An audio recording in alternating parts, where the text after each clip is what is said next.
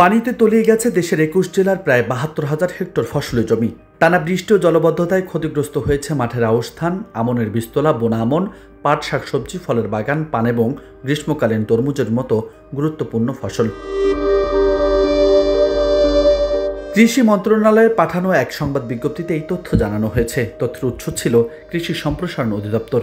বিজ্ঞপ্তিতে বলা হয়, দক্ষিণ পশ্চিম মৌসুমী বায়ুর সক্রিয়তা এবং উত্তর পশ্চিম বঙ্গোপসাগরে সৃষ্ট লঘুচাপের প্রভাবে ঢাকা, চট্টগ্রাম, খুলনা, বরিশাল বিভাগের বিভিন্ন এলাকায় ভারী থেকে অতি ভারী বৃষ্টি হয়েছে। এতে সৃষ্ট জলাবদ্ধতায় অনেক স্থানে ফসলের জমি তলিয়ে গেছে। তথ্য বলছে, সর্বমোট ৭২,০৭৬ হেক্টর জমির ফসল পানিতে ডুবে গেছে। এর মধ্যে সবচেয়ে বেশি ক্ষতিগ্রস্ত হয়েছে আউশ ধান, ৪০ হেক্টর, ৬৬২ হেক্টর জমি। এছাড়া আমন ধানের বীজতলা ১৪,৩৯৩ হেক্টর, শাকসবজি ৯,৬৭৩ হেক্টর, বোনা আমন ২৯৭ হেক্টর, পাট ১৩৫ হেক্টর, মরিচ ১০৪ হেক্টর, কলা ১১৪ হেক্টর, পেঁপে ২৯৩ হেক্টর, পান ৩৮৭ হেক্টর এবং তরমুজ ২৭১ হেক্টর।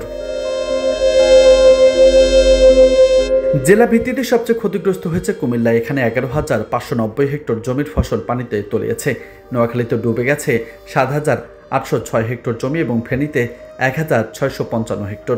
এদিকে আবহাওয়া অধিদপ্তরের তথ্য বলছে, গত ২৪ ঘন্টায় দেশের সর্বোচ্চ ৮৫ মিলিমিটার বৃষ্টিপাত হয়েছে লক্ষ্মীপুরের রামগতিতে, গোপালগঞ্জে ৮০, রাজশাহীর বাঘাবাড়িতে ৭৩ এবং আরিচায় ৭১ মিলিমিটার বৃষ্টি রেকর্ড করা হয়েছে। শুক্রবার থেকে দেশের অধিকাংশ এলাকায় বৃষ্টির পরিমাণ আরও কমে আসবে বলেও জানিয়েছেন আবহাওয়া অধিদপ্তর।